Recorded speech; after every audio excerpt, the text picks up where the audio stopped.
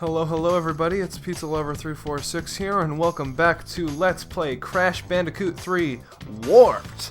Last time we took on the first world in Tiny Tiger, gathering all the crystals and box gems we could at the time. This time, we are going to head into World 2 with our new upgraded ground pound, you like how I can speak English? And start with World 6, gee whiz. Okay. I think, yeah, there's a cutscene.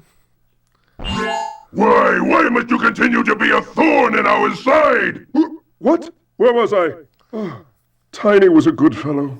He hated everyone and everything, but a good heart nonetheless. Please be more reasonable with my minions next time. I think the suggestion there is that we killed Tiny. Yeah, that's kind of morbid. So you're probably noticing that we've seen a level much like this before, but easier in Toad Village, the first stage. We've kind of seen most of the level themes, so from now it's kind of like reduxes. See, there's the Aku Aku mask I mentioned at the end of last episode. These crates, we can't jump them, we can't spin them, but we can use our upgraded ground pound on them. And the shockwave also destroys them. That'll come into handy later. Oh, I see a spinny crate. Oh, we gotta move. Get another Aku Aku mask. See, now I have two because he's got the orange and the yellow feathers. The wizard. This guy's a bit of a piece of controversy. You can see I'm playing the US version because I just killed him once. And this, I spun once and he died. His hat fell. But in Europe, and I believe Japan as well, it actually takes 2 hits to kill him. You hit him once and he ends up in his underwear, and then you hit him again and he dies. So that wizard, I guess it's not controversy, but a bit of trivia around him. He's a very cool dude. And he shows up in pretty much all future medieval levels, which is the theme that this is. Bam, one up. Bam. Into that magic, we gotta move, because this spinny crate, we've been spotted. Let's see if we can throw that Wumpa fruit. I mentioned that last episode, I figured I'd demonstrate it real quick. I don't think I explained these sword guys when we saw them first either. Their sword gets stuck, they loosen it up, they spin around, it gets stuck again. Side note, we can just totally walk along that side there and avoid most stuff, but, I'm not a cheater. I want to see the whole stage through. Nitro crates here. Another Aku Aku mask. I think we've only gotten 2 Aku Aku masks before. We gotta shmove. It's gonna say we are gonna... I don't know if the TNT crate exploded because we were so far away. I just want to double check that it did. Yep, okay.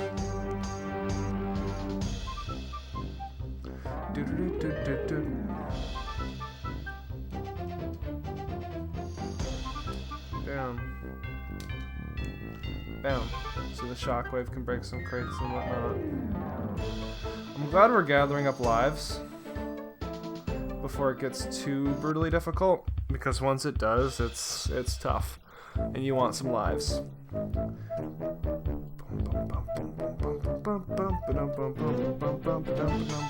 Oh, I played this level yesterday before this recording session as a warm-up stage. I remember the bonus stage because it's a little tricky, especially without a future ability. It's a little tricky.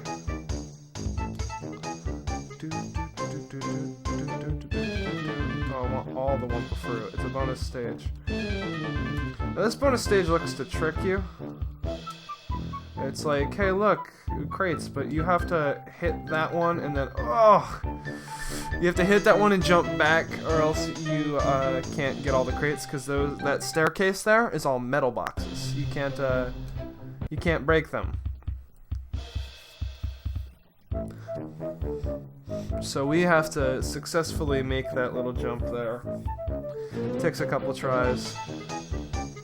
It's a little tedious because, breaking all the crates beforehand, but that's also just me being very thorough about it.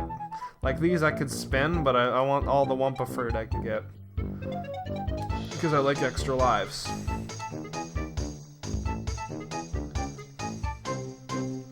That's the one thing about Crash Bandicoot whenever I play it, is I'm very thorough about making sure I get all the Wumpa fruit I can.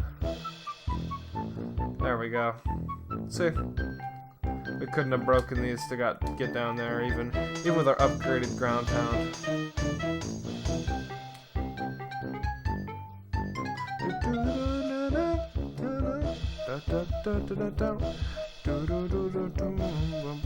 We're gonna get up to 20 lives, that's exciting. Oh, that frog jumped into a nitro crate.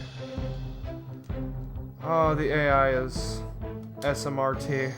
It's smirt.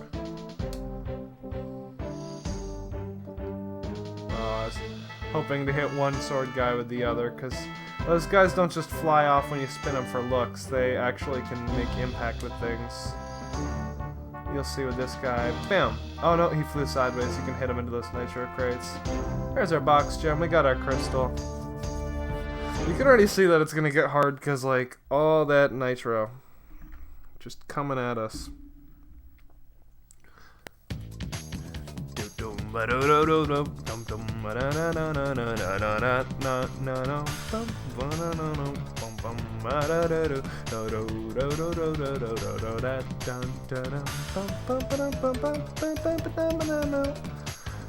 This is Hang 'em High. This is the place with the yellow gem. We will not be getting the yellow gem because you need 10 relics to get the yellow gem, and I don't feel like running for relics. Maybe at some point I will do an 100% playthrough on my own time of this game and get 10 relics and get the yellow gem and get everything and all the secrets and feel really good that the results screen says like 105%, but that is not this playthrough. This playthrough is very casual and it'll show you how to beat the game and where a lot of the box gems and things are and like some really cool secrets, but yeah, there's a secret path to the yellow gem in this stage that can only be accessed if you have 10 relics. Otherwise, it's a no-can-do house, so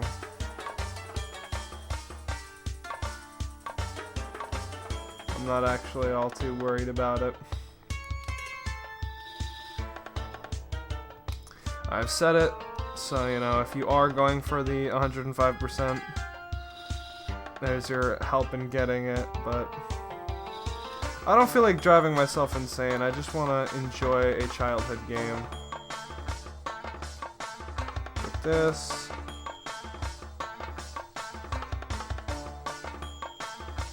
So I was worried about the spinny crate. Whenever those are on camera, I get real nervous because I know that they can spin into metal and that'll suck. Like I said before, I'm trying to avoid like game overs and having to replay stages and stuff as much as possible.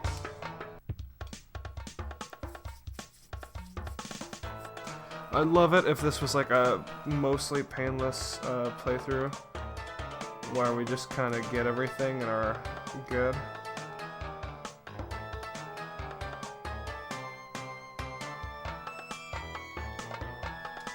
Bam.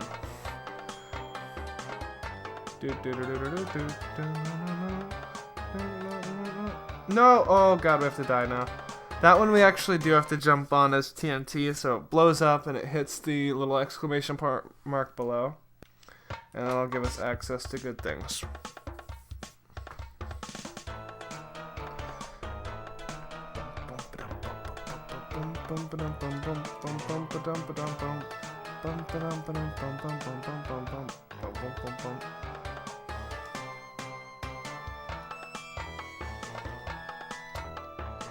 Bam.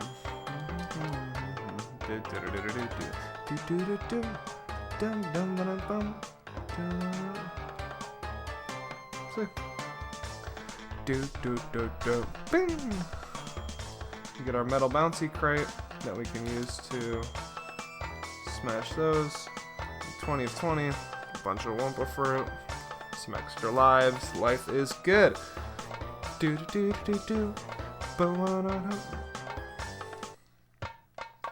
then we can use this little Oingo Boingo to get right back on the grates and keep on wandering.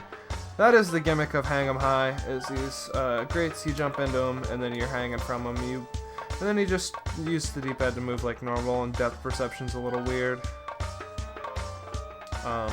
And then you push X, again, the jump button, to come off of it. Ugh! I hate that. Okay. I got my life back, and we saw a pretty humorous death sequence. Depth perception. I was behind that crate. Oh, actually, you can see the yellow gem back there. Depth perception. I was behind that. There's the yellow gem. Yeah, this game's not the best at its depth perception and rendering. At least on the PS1, it's old. It does its best. It tries. Box jam. But you know, it's still pretty good for what it is.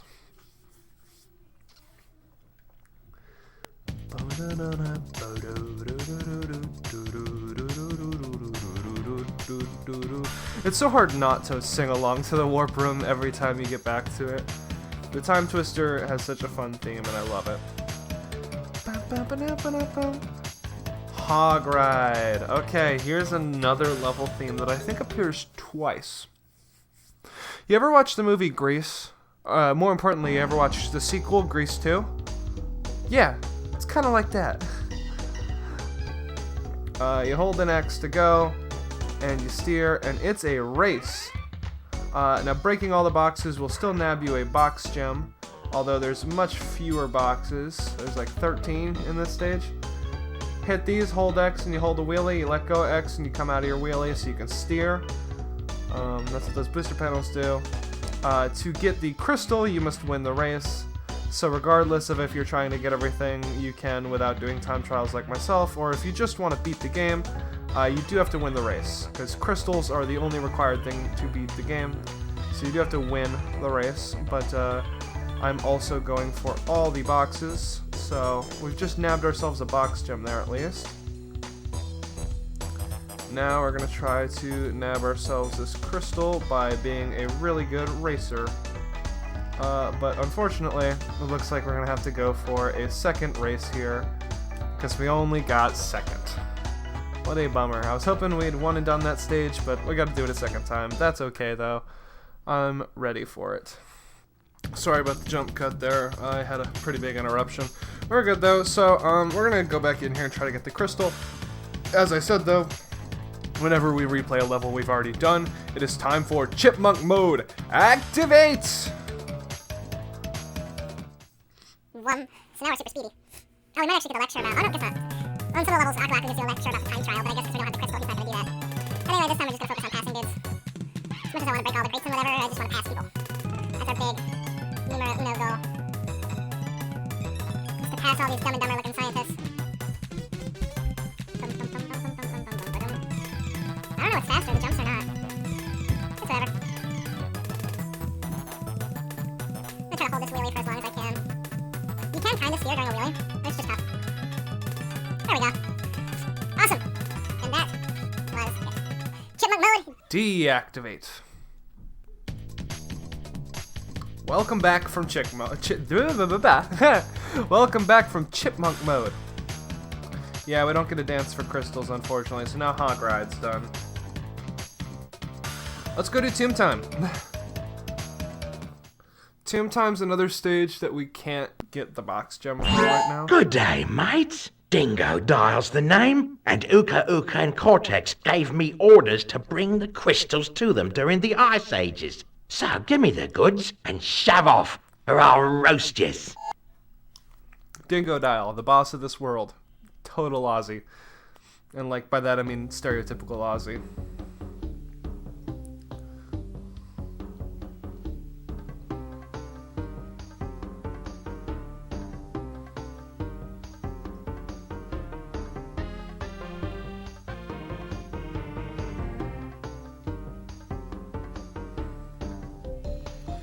I will be trying to get all the crates, even though we can't get box gems. I realized I just, like, blanked there. But we actually can't, and you'll see why in a little bit here. So, this is our first, Pharaoh-themed stage, I guess. You know, like, Hidden Temple, Indiana Jones type thing. It's very, very fun, very cool. I love these bonus stages.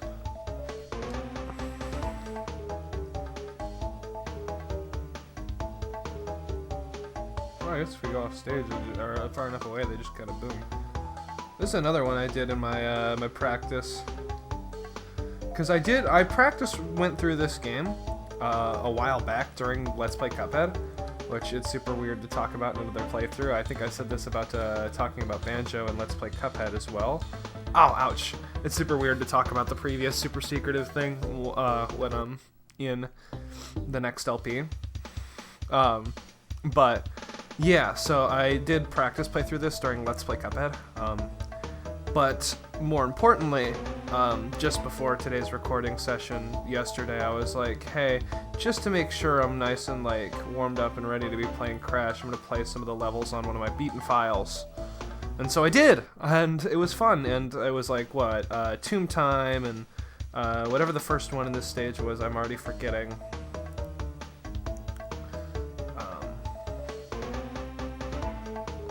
I did, I've just, okay, just making sure. Whew.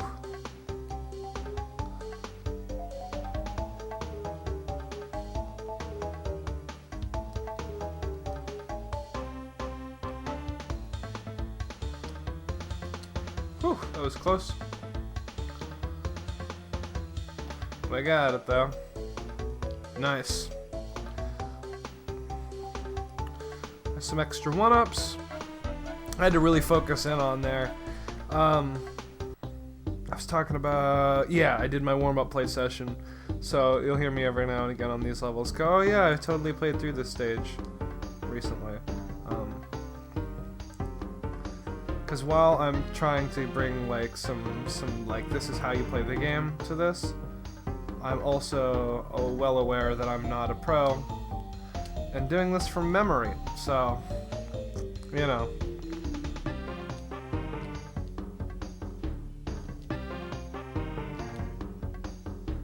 It'll be interesting.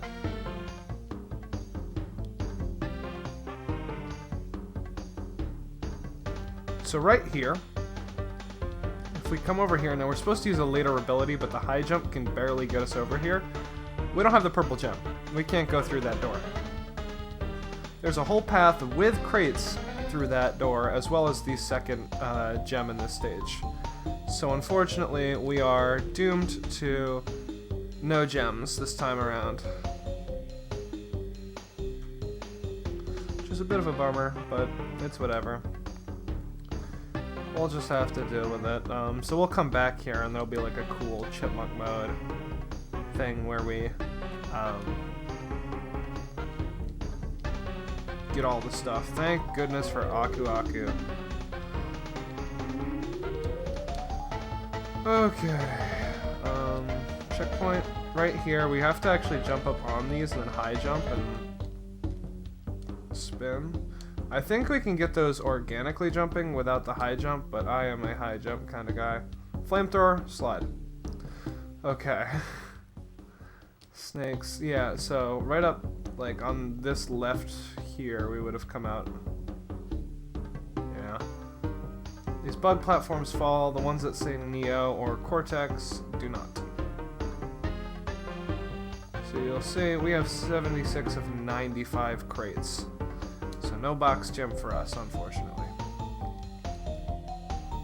We did get a crystal though, so that's good.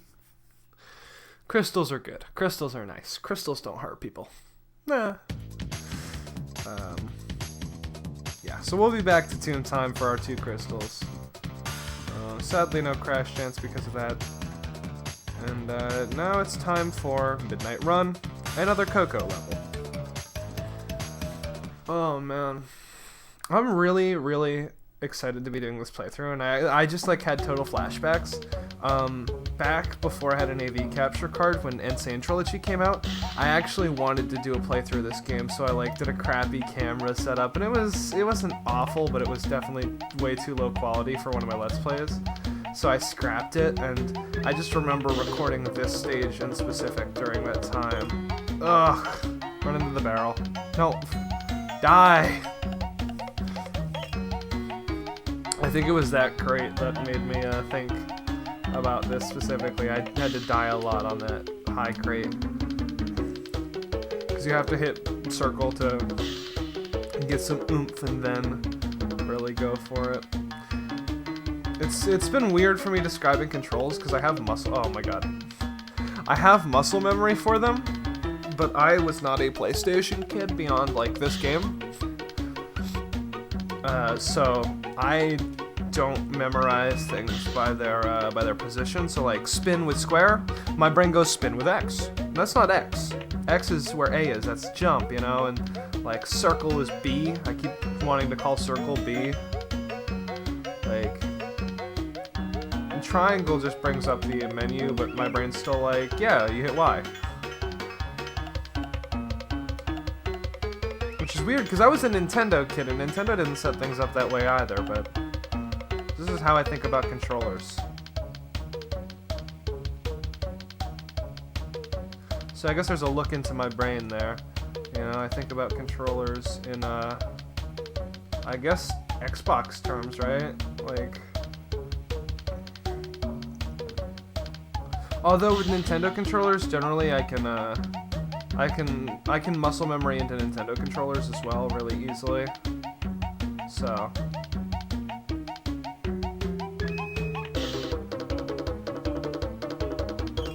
okay. Oh my god, it's so tense.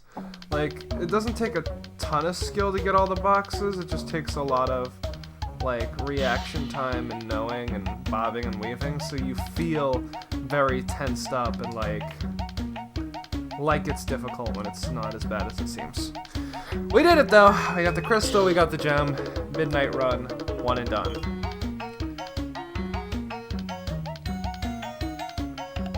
And that's exciting.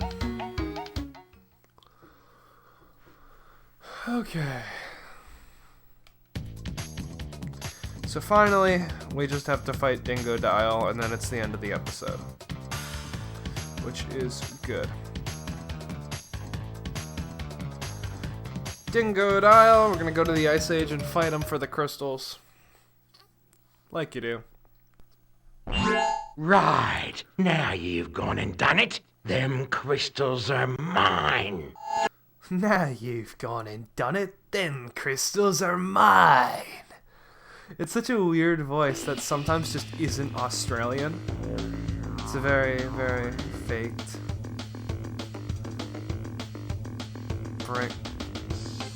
Bring out the butter, we're gonna make toast.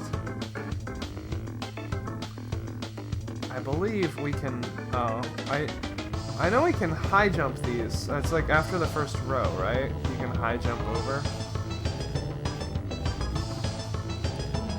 So basically, you let him spin around, and he shoots at you, and it breaks the crystals, and then you get in, and you spin him, and you get out before the thing explodes on its back. But you have to have an escape route in the spinning crystals. So it's a little tricky. Then he will shoot fireballs at you in the air, and the pattern changes. Then you just get in between and stay calm. He switches to his blast mode. Stay calm, get out of the way. Let him open up a path for you.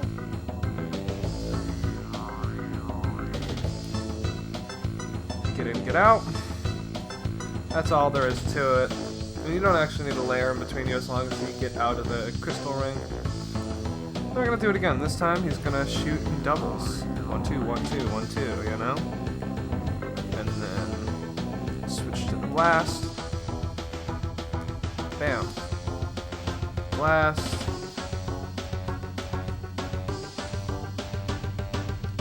Bam.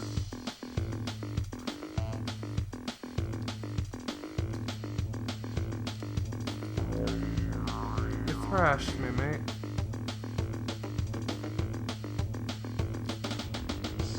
And we just got a double jump. We can push X a second time to double jump. Oh yeah, look at the penguin jump on him too. Ah! Sorry.